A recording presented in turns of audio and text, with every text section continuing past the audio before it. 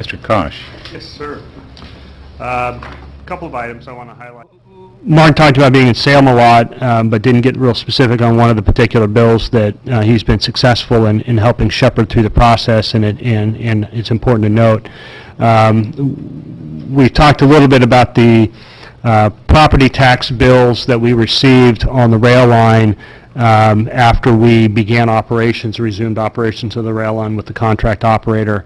We were told through meetings with Oregon Department of Revenue that it was out of their hands, it was non-discretionary because there was a private operator on the rail line. Even though we weren't leasing the rail line to them, there was a private carrier operating on that under contract with us that we would be responsible for paying property taxes. The primary issue with that we had, other than the fact that it was a $185,000 bill that we would be responsible for paying to the three counties that the rail line runs through, is that this rail line serves and benefits its transportation infrastructure, all three counties, and the infrastructure within those three counties. Yet we, as the Port District and the taxpayers within our very limited area within those three counties, have been the ones that have been footing the bill for this in a lot of ways. We've gotten a lot of grant money, but the grant money doesn't cover my time or Martin's time or Lisa's time or Donna's time or any other staff time that we've been investing into the rehabilitation of this rail line. When you consider that of the 12 shippers on the rail line, only 2 of them are located within the Port District, Georgia Pacific and Rosebrook Forest Products.